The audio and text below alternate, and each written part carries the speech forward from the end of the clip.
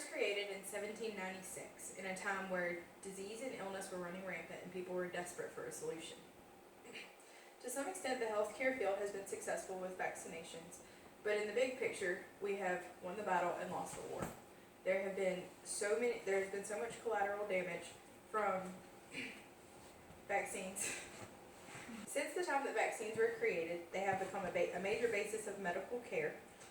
And according to Paul Thomas, he's a member of the board on the American Association of Pediatrics, and Dr. Sherry Tenpenny, the only thing taught in medical school is why vaccines are necessary, that they're good for everybody, and here's a schedule for you to go by.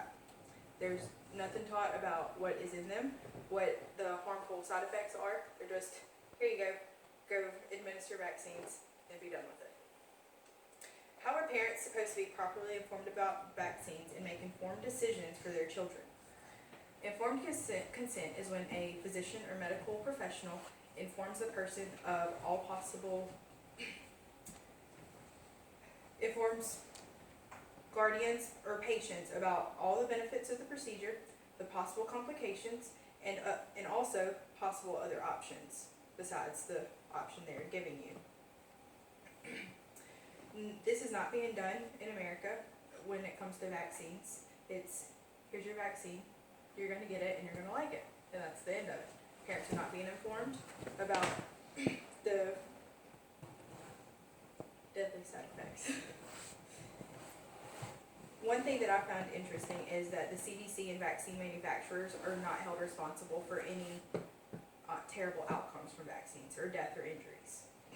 VAERS is a vaccine adverse event reporting system.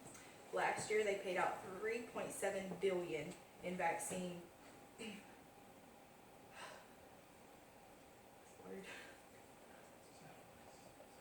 settlements. The CDC and the manufacturers don't care. They have nothing to do with it. They're not to blame. So they continue to make vaccines with high amounts of aluminum and mercury and don't care about the side effects on people. We are all a big guinea pig and a test subject for their science project. It's a common belief that people, including doctors, are either pro-vaccine, 100% for them, for everybody, all the time, they're great, or anti-vax, 100% against them, you never need them. Is it really okay to think that there's only two point of views when it comes to vaccines? What about the people in the middle who are just asking questions and want to know more about vaccines? If you ask a question, well, what are the harmful side effects? You're immediately labeled an anti-vaxxer and negative science. You're against science. Dr. Jennifer Margulis is a PhD. She's an award-winning science journalist and an author. She said that's like saying antibiotics, you're either pro or anti-antibiotics. If you have a viral infection, a doctor's not going to prescribe you an antibiotic that is used for a bacterial illness. But if you say, I don't need that, you're not automatically anti-antibiotic. So why are you anti-vax when you don't want the flu shot? Parents questioning vaccine safety / necessity doesn't make you anti-vax. It makes you pro-science, makes you pro-health and pro-children. We want to do what's best for our children all the way around. And questioning what is being injected into their bodies is not wrong. You just want to be more informed. Like I said earlier, to some extent the healthcare field has been successful, but there has been so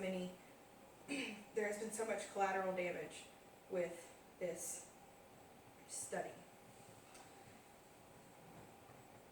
Doctors are currently giving 6 different combo vaccines, which means each vaccine has multiple components. For example, the DTaP vaccine is 4 vaccines in one.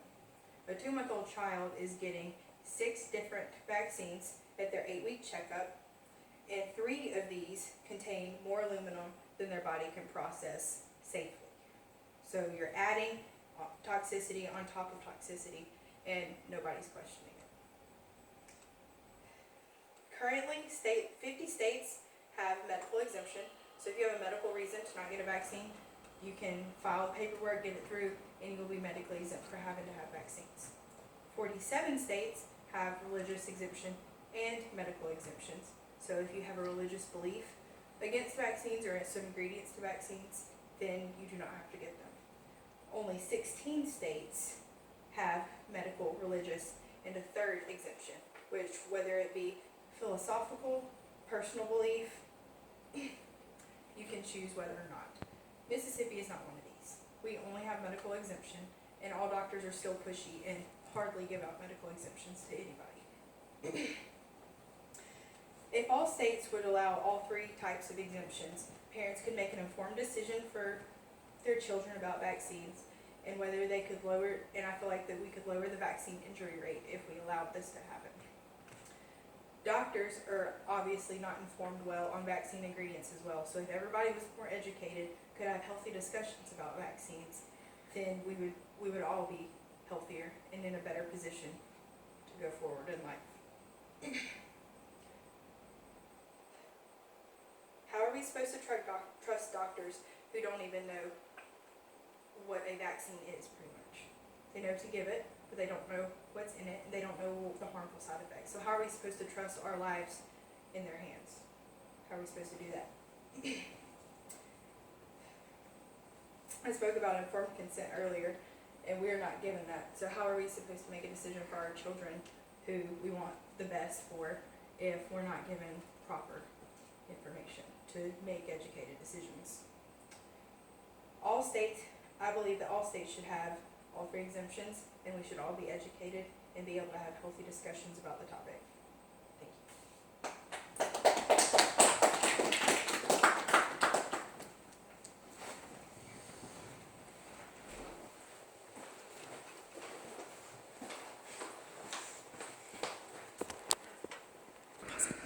I did. All right, now go.